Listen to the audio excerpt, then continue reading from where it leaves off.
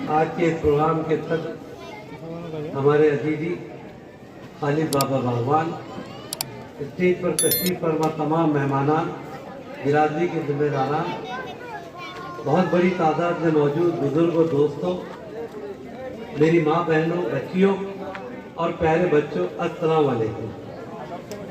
मैंने बच्चों से कहा अस्सलाम वालेकुम।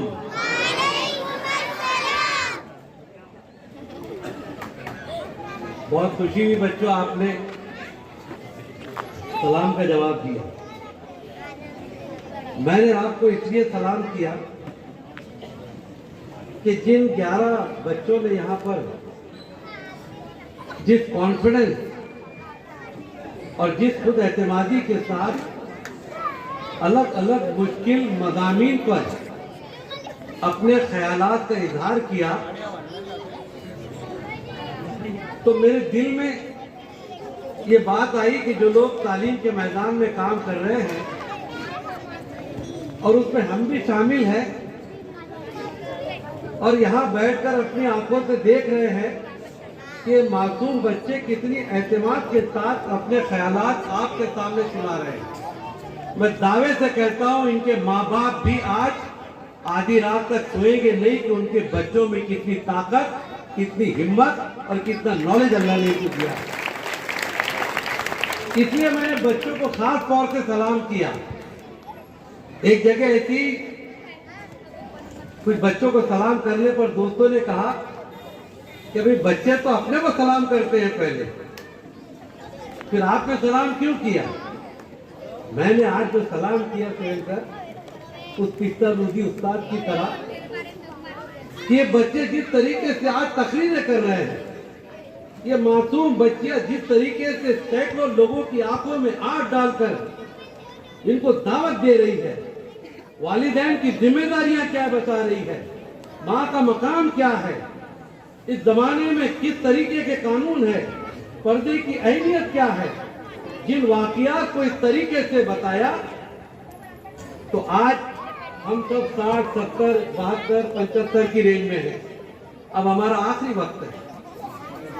जब ये बच्चे बड़े होंगे, ग्रेजुएट होंगे, बड़े बड़े ओहदों पर बैठेंगे, इंशाअल्लाह इसमें कोई इस मोहल्ले का बच्चा कलेक्टर होगा, डीएसपी होगा, प्रोफेसर होगा। शायद है कि हम जैसे लोग उस वक्त जिंदा ना हो, इसलिए मैंने अपने आने वाले कल को आज सलाम कर दिया, चाहे हम रहे ना रहे, ये बच्चे इंशाअल्लाह ताला जरूर उस मुकाम तक पहुंचे। अल्हम्दुलिल्लाह, बहुत खुशी हुई। मैंने हमारे साथियों से कहा कि मेरी तबीयत खराब है, लेकिन सर अक्सर ऐसे प्रोग्राम ही हमारी दवा का काम करते हैं और बच्चों ने देखो जो टॉपिक लिए, तो मैंने सोहेल सर और एजाज से कहा और हमारे सैयद बिहारी से कहा कि सारे मज़ामीन बच्चे बोलते रहे, अपने लिए बचा क्या? बहुत प्यारी तकरीर है। इन बच्चों की तकरीरों को अपने घर में बार बार मोबाइल पे देखिए। ये मासूम बच्चे जो दावत दिए, इस पर गौर कीजिए दोस्तों।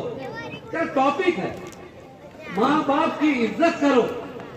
आज बच्चे थोड़े बड़े हुए, सबसे पहले माँ बाप की मुखालिफत करते हैं। बैठो जी, तुमको क्या समझता? दो लफ्ज क्या सीख लिए? पैदा करने वालों की इज्जत नहीं। अरे प्यारे बच्चों, माँ की दुआएं क्या होती है, माँ बाप का साया क्या होता है, इसका अंदाजा आपको उस वक्त होगा जब किसी हालात से आप दो चार होंगे। एक बहुत बड़ा डॉक्टर, दुनिया में मशहूर डॉक्टर, एक कॉन्फ्रेंस के लिए जब निकलता है अपनी गाड़ी से कि मैं एयरपोर्ट पे जाके प्लेन पकड़ लूं और कॉन्फ्रेंस अटेंड करने जाऊं, तो उसका प्लेन छूट जाता है, उसका हवाई जहाज निकल जाता है। जाना जरूरी होता है, वो कहता है चलो रास्ते से चलते हैं, मौसम खराब है, कोई हरकत नहीं, कार से निकलता है। जब उस गांव की तरफ, उस शहर की तरफ जाने निकलता है, रास्ते में आंधी तूफान, इतना गहरा तूफान जैसा आपने अभी भी देखा कि दरख्त गिर जाते हैं, रास्ता मजबूत हो जाता है और उसकी गाड़ी एक जगह रुक जाती है। देखता क्या है कि एक कुटिया है और वहां कोई दिया जल रहा है, कोई रोशनी है, तो गाड़ी एक तरफ छोड़कर वहां घर में जाता है। वहां जाकर सीन देखता है, एक बीमार बच्चा पड़ा है और माँ दुआएं कर रही है। वो जाता है, पूछता है कि मैं यहाँ कुछ देर रुकना चाहता हूँ माई। कहने लगे हाँ भाई तू रुक यहाँ पर, लेकिन मेरे बच्चे की बहुत तबीयत खराब है।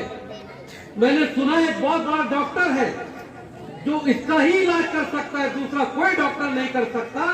मैं अल्लाह से गिड़गिड़ा की दुआ कर रही हूँ कि काश वो डॉक्टर के पास में जा सकूं। मौसम ऐसा है, कोई साधन नहीं है, मैं क्या करूं। डॉक्टर दारो कतार रोके रोने लगा कि माँ तेरी दुआ में इतनी तासीर है कि मेरा प्लेन छूट गया, तूफान आ गया, दरख्त गिर गए, मेरी गाड़ी रुक गई और अल्लाह ने तेरी दुआ सुनी। मैं वही डॉक्टर हूँ जो इसका इलाज कर सकता है। ये है दोस्तों माँ की दुआ। माँ बाप की दुआ को कम मत समझो, उसकी अहमियत को समझो कि इनकी दुआओं में क्या छुपा हुआ है। ऐज़ान गिरामी, ये माँ की तालीम होती है। बच्ची ने कहा माँ बाप पहली स्कूल होती है। आपने किसी ने कहा कि घर में आप, यहाँ पर एक बच्चे ने कहा कि उसको अगर ये कहते हैं कि भाई ये पैसे रख, किसी को बताना नहीं, कुछ लाया तो खाना नहीं, मेरी माँ बहनों से मैं पूछना चाहता हूँ, बच्चे की सबसे पहली स्कूल आपकी गोद है। स्कूल बाद में है, वहां वो ABCD सीख जाएगा, लेकिन आपकी गोद में जो सीखेगा वो उसकी जिंदगी भर काम आएगा। आपको उस बच्चे ने दावत दी कि बच्चों के सामने आप झूठी बात न कहें, आप बच्चों के सामने कुर्बानी दे दे, घर के बड़े गुटखा और तंबाकू न खाए, आपका बच्चा कभी पान पूरी पे नहीं जाएगा। याद रखिए, आप कुर्बानी देंगे, आपके बच्चे के काम में आएगा। वो बच्चा आपकी गोद में है। छोटे मासूम बच्चों को घर के हालात क्या है, मुझे माफ करना, मैं किसी एक के बारे में नहीं कह रहा हूँ। ज्वाइंट फैमिली होती है, अम्मी 10 रुपए देती है, बेटे रख चुपके से बिस्किट खा ले जाना, तेरी बहन को मत बताना, तेरे चाचे के पूरे को मत बताना। आप क्या सिखा रहे हो? आप उसको झूठ बोलना सिखा रहे हो। आपने उसको 50 रुपये दिए, बेटे सब करना, दादी को मत बताना, क्योंकि सास हिसाब पूछेगी 50 कहां से ले। आप उसको झूठ बोलना सिखा रहे हैं। बच्चे ने कहा अरे आप उस बच्चे को 10 रुपये दीजिए, उससे कहिए कि बेटे जा दुकान पर चॉकलेट बिस्किट लेकर आ, लेकिन याद रख उस दुकान पे जाए तक कोई गरीब अगर तुझे को नजर आए, 10 रुपए फकीर को दे देना, वापस आ, मैं तुझे 20 रुपये दूंगी। आप अपने घर में सखी बच्चा पैदा कर रहे हैं, तो ऐसा देने का काम करें। घर में आपकी तालीम की बहुत वैल्यू है। आप जैसा बच्चों पे वर्क करते हैं, आपकी तालीम ही उसको दुनिया के अंदर सरफराज करती है। कोयल सर ने आपके सामने जो बातें बताई कि माँ की तालीम किस तरीके से बच्चों की घुट्टी में आती है, कि गौसे आलम दस्तगीर बचपन के अंदर एक काफिले के साथ जा रहे थे, डाकू ने हमला किया, पूरा लूट लिया। इस मासूम बच्चे ने पूछा तेरे पास क्या है? बच्चे ने अंदर से जो अशरफ की अमाने बांधी थी वो निकाल के सामने डाकू की रख दी। उसने कहा डाकू ने, बच्चे अगर तू नहीं बताता तो मुझे कैसे मालूम पड़ता कि तेरे पास ये अशरफियां है? तुझे किसने सिखाया? लेकिन मेरी माँ ने सिखाई, गर्दन पर छुरी आ जाए बेटा, लेकिन कभी झूठ मत बोलना। जिस माँ ने बच्चे को तालीम दी, ऐसे हजरत जो आगे जाके आज जिनका नाम हम लेते हैं, उस डाकू ने अपनी तलवारें रख दी और कहा कि जिस माँ ने इसको इतनी अच्छी तालीम दी, मैं इनके साथ में मुकाबला नहीं कर सकता। ये माँ की तालीम का अमल है। आज आपकी जरूरत को समझ लिया, हालात को समझ लिया कि बच्चों ने आपके सामने जो टॉपिक में बात की, हम इतनी तफसील से नहीं कर सकते। इन बच्चों ने आपको बताया, इनको कम मत समझिए, बल्कि इनको जानिए कि यहाँ पर ये बच्चे क्या करते हैं। आज आपके सामने बहुत सारी बातें हैं। मुझे सबसे प्यारी स्पीच मैं 500 रुपए अलग से देता हूँ ढूंढे बच्चे को। जिस बच्चे ने आपको जबान नहीं होकर आपको दावत दी, वो बगैर बोले कि जितनी अच्छी स्पीच उसने दिया, आज दुनिया में इस वक्त इस जमीन पर ऐसा कोई स्पीकर मौजूद नहीं है जो उस बच्चे ने यहाँ पर तकलीफ की कोशिश की। क्या अल्फाज है उसकी, क्या सोच है उसकी। 500 रुपये मेरी तरफ से, मैं गरीब आदमी हूँ, पैसे बांट के गरीब रहता हूँ, क्योंकि कुएं में जब पानी नहीं निकलेगा तो सड़ेगा। निकालो कुएं में से पानी। आपने हयात अली यहाँ पर कहा भी कि अगर किसी को पैसे नहीं है तो घबराइए मत, तालीम हासिल कीजिए।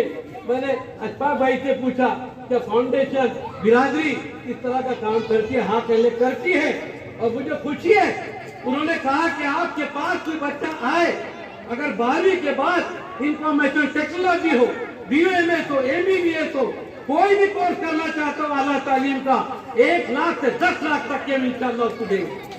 बोला तैयार है उसके लिए कि आप लोग ऐसा जेल ना हो जाए कि तुम में कोई हूर का चाहने वाला ही नहीं, जलवाए तूर तो मौजूद है, मूसा ही नहीं।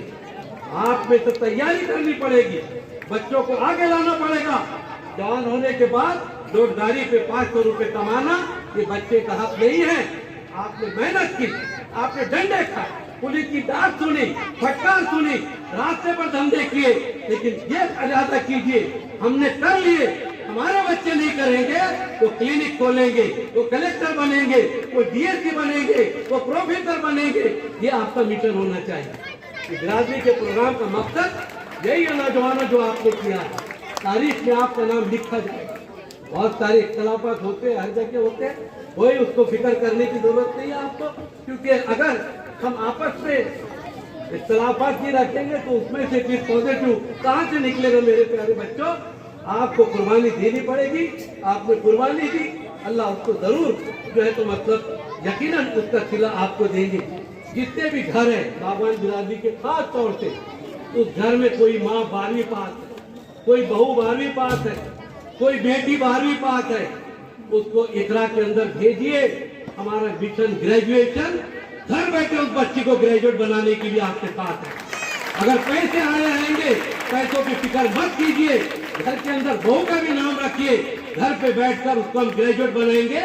और हम चाहते हैं कि जलगांव डिस्ट्रिक्ट और जलगांव शहर कोई घर ऐसा ना हो कि जहाँ का कोई बच्चा बच्ची, बहू बेटी, माँ सास सबके सब ग्रेजुएट हो, ताकि जब कोई मिलने आए तो मालूम पड़े कि आपकी बच्ची है, आपकी बहू है, हाँ कहने लगे ग्रेजुएट है, ये MA है, ये BA है और ये पढ़ी लिखी है। कितना असर पड़ता है उसको सोचिए। हम आपकी मदद करने के लिए तैयार। मैं अपनी बात को रोकता हूँ क्योंकि आगे भी आपका प्रोग्राम है।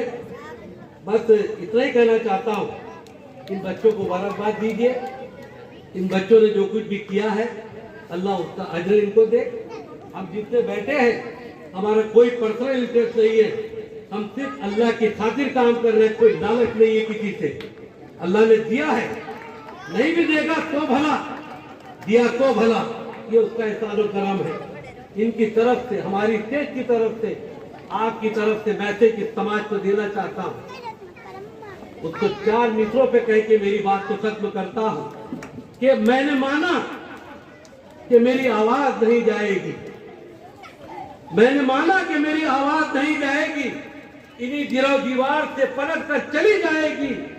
अब भी मौका है, करो कोई अंधेरों का इलाज, वरना ये नस्ल उजालों को तरस जाएगी।